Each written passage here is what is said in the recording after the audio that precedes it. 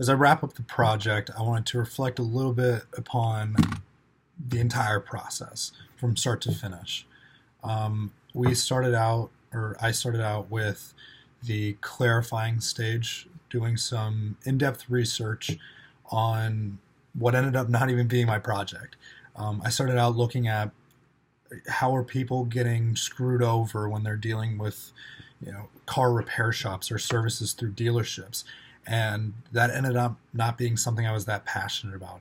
Maybe a couple months ago when my car was in the shop, it would have been, or it would have been a couple weeks ago, but it's not. We've sold the car and it really didn't matter to me.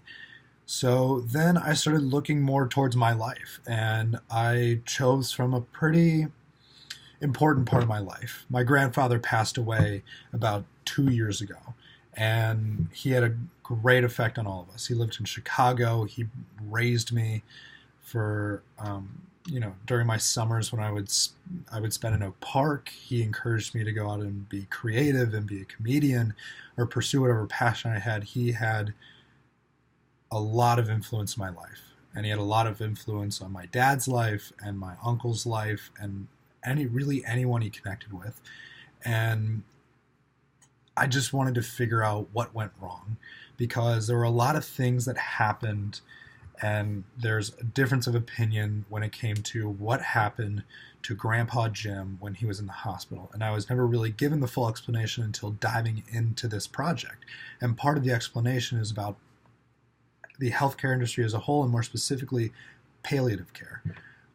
I know I kind of outlined a little bit in the beginning during the clarifying stage, talking about the healthcare industry as a whole, but it wasn't until that last insight with my dad when I really found out what happened with my grandfather, and then more generally what happens with almost everyone that ends up in hospice, this specialized form of treatment called palliative care, and how we as family members will spend the most amount of medical dollars in the last 90 days. And it's detrimental to healthcare and insurance companies, and it puts a lot of stress on the families. So I knew there wasn't a huge solution for that, and I wanted to delve into that and have an original thought with, the only outside influences being the insights that I gathered. The insights being that people didn't care about money so much. It was more about they just didn't want to grieve. They didn't want to be uncomfortable with the decisions they make. And doctors, on the other hand, don't want to be uncomfortable with the decisions they make. There's a lot of stress that goes on in their jobs. So trying to figure out how do we take care of people in a practical way is their focus. And healthcare providers want to give the best treatment that's necessary. So if there's something unnecessary, then they deem it as wasteful spending. And families don't want to be the ones that have to say goodbye. And so going into the ideation process, I was nervous because I didn't, this is such a morbid subject, and it's a daunting task to come up with a way in which people can feel comfort in or more comfortable in these scenarios where there's, a family member or a friend has a limited time left and deciding what to do with that time.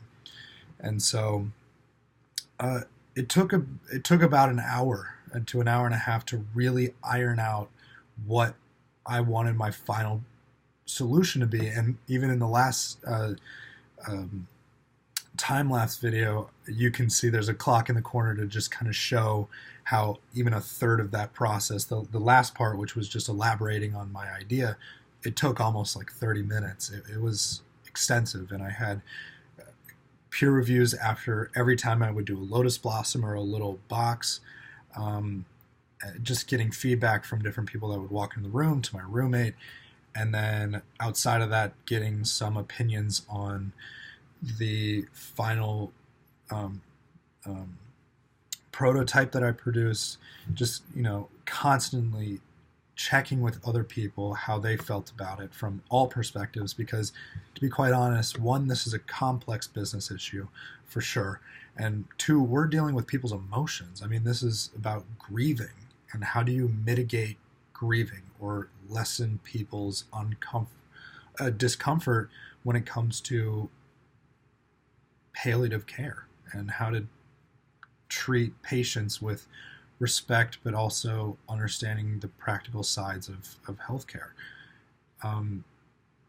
This has been really an amazing project. I mean, I've been creative and I've been able to use it doing stand up or whatever it is, and I didn't really understand how important creativity is in the business process until after these 5 weeks. I mean,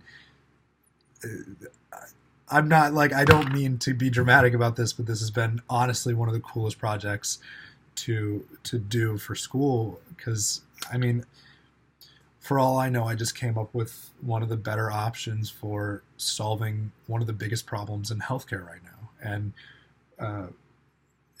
this has been so cool, and I am looking forward to applying this in a professional setting once I leave Miami and I get into the workforce.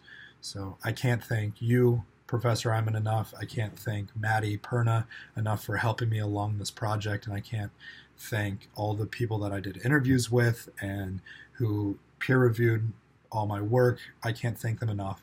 This has been an incredible process, and I thank you for this opportunity.